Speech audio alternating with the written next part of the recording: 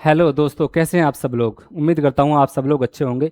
क्या आपका भी आधार कार्ड डीओबी लिमिट क्रॉस हो गया है और आप अलग अलग यूट्यूबों की वीडियो देख करके थक चुके हैं, लेकिन फिर भी कोई सोल्यूशन नहीं आपको मिल पा रहा है।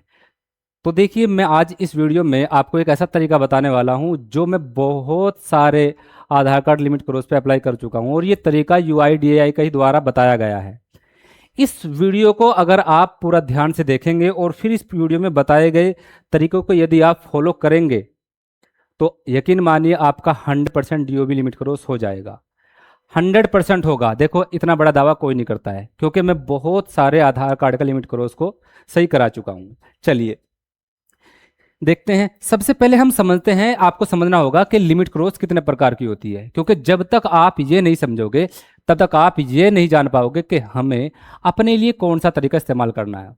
सबसे पहले होता है 18+ वाले लोगों का लिमिट क्रॉस, है ना। या दूसरा होता है माइनर का, 18 से नीचे वालों का। अब इन दोनों के तरीके अलग अलग हैं। अब इस 18 वाले में भी दो तरीके हैं। एक लिमिट क्रॉस तो वो होता है जो आप करवाने गए थे सेंटर पर, और वहां टाइपिंग मिस्टेक, जो ऑपरेटर बैठा था उसकी टाइपिंग मिस्टेक की वजह से आपकी जो डीओबी है वो गलत हो गई। एक तो एक होता है नॉर्मल, वो आपने खुद करवाई थी और अब आप उसे चेंज करवाना चाहते हैं, इसे बोलते हैं नॉर्मल। ये टाइपिंग मिस्टेक का तरीका अलग होता है और नॉर्मल का तरीका अलग होता है। इसी प्रकार यहां होता है कि माइनर वाले में कि एक तरीका तो यह है कि आपकी जो लिमिट क्रॉस हुई है वो ऑपरेटर की टाइपिंग मिस्टेक के कारण हुई है। मतलब आप लिखवाना चाह रहे थे कुछ 17 तारीख और लिख दी उसने 27 तारीख। और दूसरा यहाँ भी होता है नॉर्मल। तो सबसे पहले आपको यहाँ ये जानना है कि आप कौन से वाले में आते हैं। सबका तरीका अलग अलग है। आज मैं इस वीडियो में, चूंकि टाइपिंग मिस्टेक के केस बहुत कम है, यदि फिर भी आप मुझे कमेंट करके बताते हैं तो मैं टाइपिंग मिस्टेक के ऊपर भी वीडियो बना दूंगा। आज हम बात करने वाले हैं 18+ वालों के और नॉर्मल के बारे में। नॉर्मल मतलब आपने पहले से करवा रखी है, पहले किसी कारणवश आपने डीओबी कराई थी, अब आप उसे चेंज कराना चाहते हैं, वो होता है नॉर्मल, अर्थात टाइपिंग मिस्टेक के कारण नहीं हुई है। तो चलिए आज बात कर लेते हैं कि इसके लिए डॉक्यूमेंट क्या क्या चाहिएंगे। डॉक्यूमेंट में चाहिएगा आपका एक एफिडेविट। अब ये एफिडेविट क्या, देखो एफिडेविट सबके लिए अलग अलग बनता है। ये जो 4 केस मैंने बताए ना, इनके लिए प्रत्येक के लिए एफिडेविट अलग अलग बनता है, क्योंकि हम 18+ की बात कर रहे हैं। दूसरा हमें चाहिए डीओबी सर्टिफिकेट। क्या चाहिए? DOB certificate original. और तीसरा हमें चाहिए एसडीएम लेटर। देखो एसडीएम लेटर वो होता है कि हमारे यहाँ जैसे कि उत्तर प्रदेश में पहले एसडीएम आदेश करता है और आदेश करने के बाद डीओबी सर्टिफिकेट बनता है। अलग अलग राज्यों में, जैसे यूपी में एसडीएम है, अलग राज्यों में कोई और करता होगा, तो वो अगर ये है तो ठीक है, ये ऑप्शनल है। क्या है ये? ऑप्शनल है तो वेल एंड गुड, और नहीं है तो इसके बिना भी काम चल जाएगा। अब इसके बाद आपको क्या करना है, ये 3 डॉक्यूमेंट आपके हो गए हैं। इन 3 डॉक्यूमेंट को लेकर के आप सबसे पहले ही देख लीजिए कि आखिर एफिडेविट होता क्या है। देखो एफिडेविट ये होता है कि affidavit for date of birth, ये आपको 10 रुपए के स्टाम्प पेपर पर इस प्रकार से तैयार करवा लेना है। ये मैंने ठीक एक बच्चे का करवा रखा है, ये भी करवाया था कुछ दिन पहले ही, वो अपडेट हो गया 100%। इसकी हम आपको स्लिप भी दिखाएंगे। ये ऐसा आपको 10 रुपए के स्टाम्प पेपर पर तैयार करवा लेना है।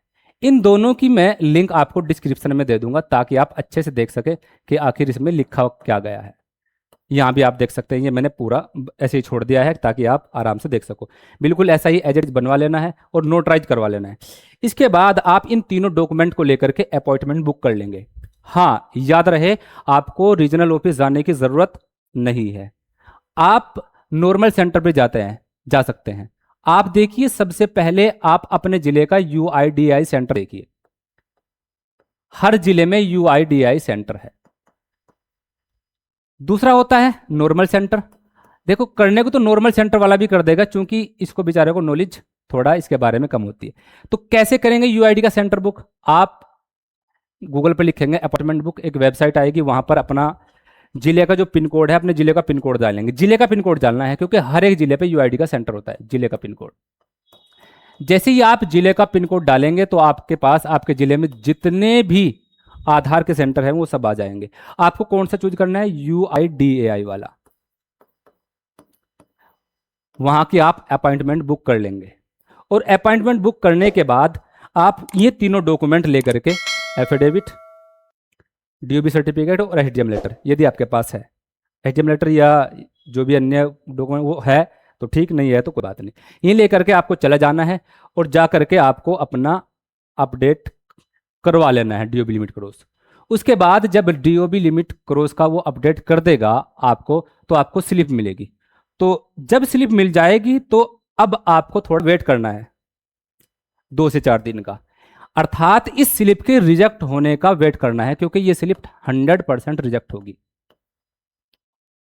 ये वेट करना है आपको, इससे पहले कोई प्रक्रिया आगे की नहीं करना है, रिजेक्ट होने का वेट करना है। अगर ये ऐसे ही हो जाए तो वेल एंड गुड, बहुत अच्छी बात है कि आपने 2-4 दिन में अपडेट हो गया, नहीं तो इसका रिजेक्ट होने का वेट करना है। रिजेक्ट होने के बाद आपको क्या करना है, आपको एक पीडीएफ बनानी है, किसकी, जिसमें सबसे ऊपर एक स्लिप रहेगी जो स्लिप आपकी रिजेक्ट हुई है, दूसरे पे डीओबी सर्टिफिकेट रहेगा, तीसरे पे एचडीएम लेटर आपके पास है यदि, चौथे पे रहेगा एफिडेविट, और इसके बाद यदि आपके पास मार्कशीट वगैरह भी है तो मार्कशीट वगैरह भी लगा सकते हैं यहाँ, और उसके बाद अपना आधार कार्ड।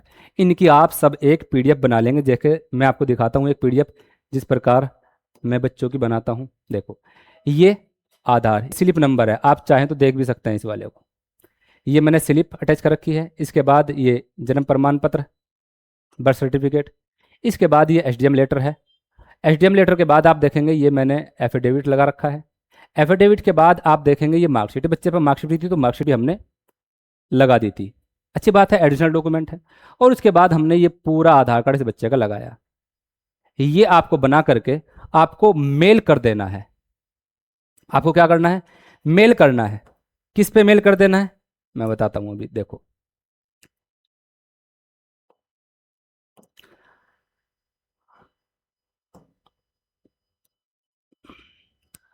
आपको मेल कर देना है ये डॉक्यूमेंट सारे पीडीएफ बना करके, सीरियल वाइज ही पीडीएफ बनाना है। देखो ये भी इंपॉर्टेंट्स होते हैं अपने आप में, जैसे मैंने बताया uidai.gov.in, इस पर ईमेल कर देना है। ईमेल करने के बाद आपके पास एक मेल उसी दिन आएगी या अगले दिन आएगी, फिर 3 से 4 दिन के बाद या 4 से 5 दिन के बाद आपके पास एक मेल और आएगी जिसमें लिखा हुआ होगा your document are in order and your DOB update request will be processed, ये लिखा हुआ होगा। तो जब ये मेल आपके पास 4-5 दिन बाद आ जाए जिसमें ये लिखा हुआ हो कि आपके डॉक्यूमेंट ऑर्डर में हैं और आपकी जो डेट ऑफ बर्थ है वो जल्दी अपडेट कर दी जाएगी, तो फिर आप इंतजार कीजिए 30 से 90 दिन के अंदर आपकी जो डीओबी है वो 100% अपडेट हो जाएगी। आपकी डीओबी 30 से 90 दिन के अंदर 100% अपडेट हो जाएगी। आपको वेट करना है, किसी को कुछ करने की जरूरत नहीं है, किसी को रीजनल ऑफिस जाने की जरूरत नहीं है, बस आप ये तरीका अपनाएंगे और आपकी जो है ना, देखो मेल करने का भी अपना एक तरीका होता है, इसका भी एक फॉर्मेट होता है। देखो वो आप चाहें तो खुद से कर सकते हैं, अगर आप जानते हैं कि यूआईडी को मेल किस फॉर्मेट में की जाती है तो वेल एंड गुड, नहीं तो आप मुझे कमेंट करके बता सकते हैं, मैं उस पर भी एक वीडियो बना दूंगा कि मैं मेल कैसे करता हूँ बच्चों की। तो इस प्रकार आप कर सकते हैं, 100% आपका अपडेट हो जाएगा। तो आपको मेल कर देना और मेल करने के बाद बस आपको वेट करना है। जरूर आपका 100% की बात कर रहा हूं मैं, लेकिन ये केस नॉर्मल ही होना चाहिए, अर्थात टाइपिंग मिस्टेक वाला ना होना चाहिए, टाइपिंग मिस्टेक के लिए अलग है। फिर भी यदि आपका कोई सवाल है, आपका कोई क्वेश्चन है इसके रिगार्डिंग, तो आप बेझिझक होकर मुझे कमेंट कर सकते हैं, आपके प्रत्येक कमेंट का जवाब आपको दिया जाएगा। देखो आप मेरी पिछली वीडियो भी देख सकते हैं, हर एक कोई कमेंट ऐसा नहीं जिसका जवाब मैं नहीं देता हूं। ये केस मैंने आपको बताया है नॉर्मल वाले के बारे में, ये नॉर्मल केस मैंने आपको बताया है, ये इसके रिगार्डिंग ही है ये वाला।